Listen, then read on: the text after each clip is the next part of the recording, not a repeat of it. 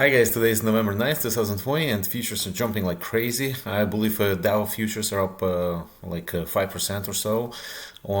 First of all, over the weekend it was announced that Biden will become president by major news networks, and the votes are still not counted, and there's still a chance that President Trump may remain in the office, but very small chance. I would say like 1%.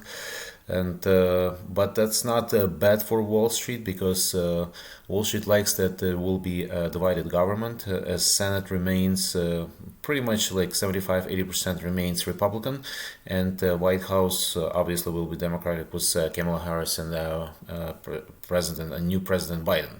So market actually likes that, as people think that Biden will do things that Trump didn't do, and he won't raise taxes and make more regulations, because Senate won't let him.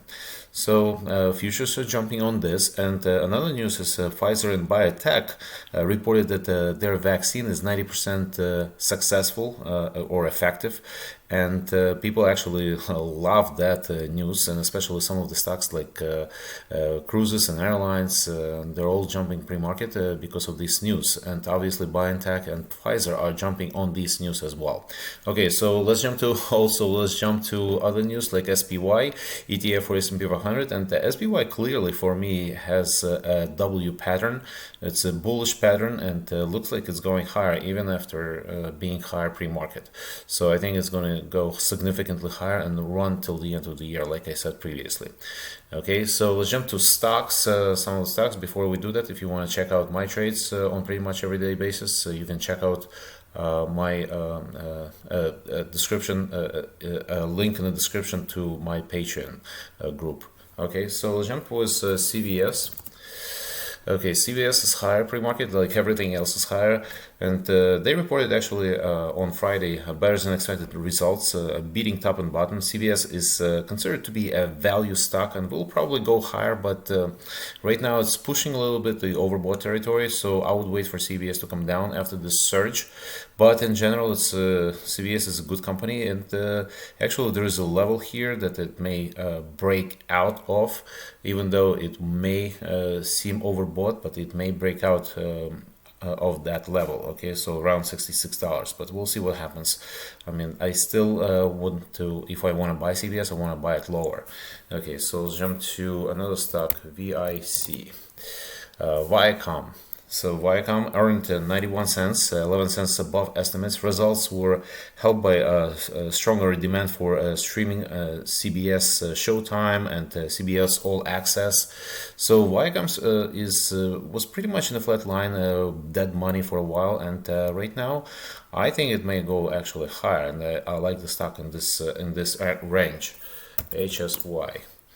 So Hershey, Hershey Companies reported a beat by 14 cents, reported also strong sales on Halloween, higher demand for chocolate chips by people staying at home, and actually gave pretty good guidance. And what can you say? I mean, it's in pretty good position. I like the chart, and I think Hershey is going higher. Okay, Square. Okay, Square also reported more than double earnings estimates. Revenue came in above forecasts, helped by a rebound in payment volumes. So on the report on Friday, the Square jumped a lot.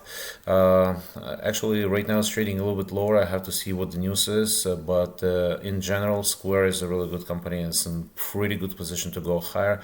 So I would buy the stock on any weakness. Roku. Okay, so Roku shares actually reported a 9 cents per share profit for the third quarter compared to forecast of 40 cents loss. So active accounts jumped by 43% compared to last year.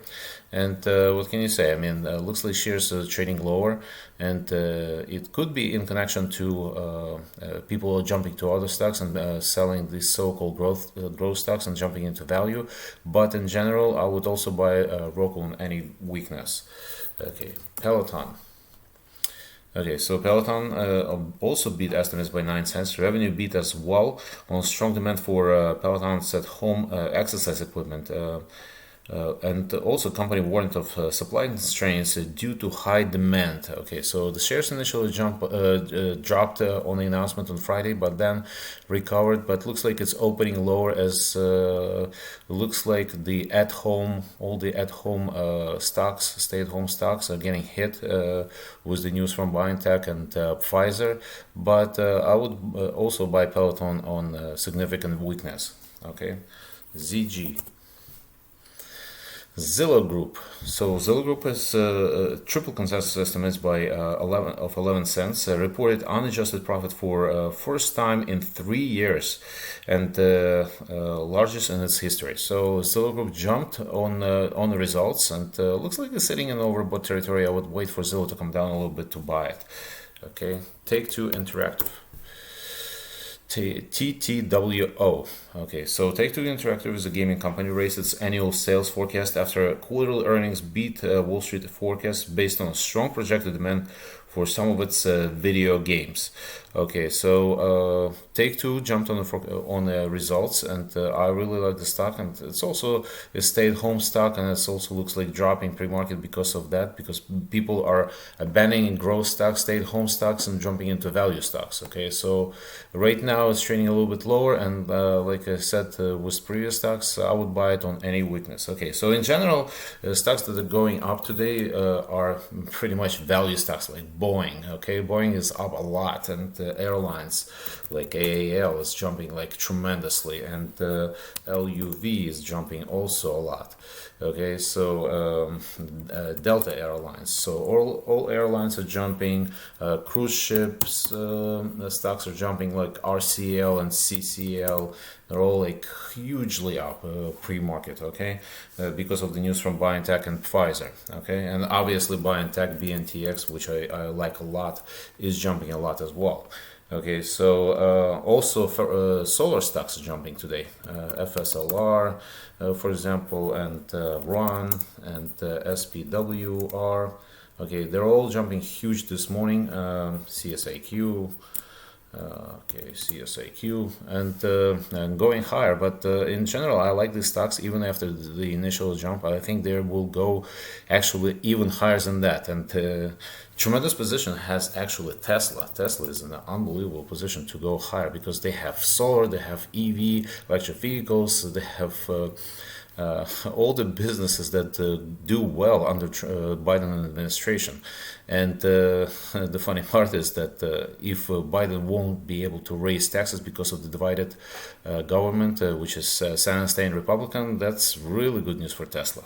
So Tesla, in my opinion, is a buy. And also Netflix dropping this morning because it's a stay-at-home stock again, and looks like people are saying stay-at-home stock, but Netflix is a really good company to buy on a weakness, and I would be buying shares on a drop in Netflix shares. Okay, and that's it, guys. Don't forget to subscribe to my channel, click the like button, and I'll see you Thursday.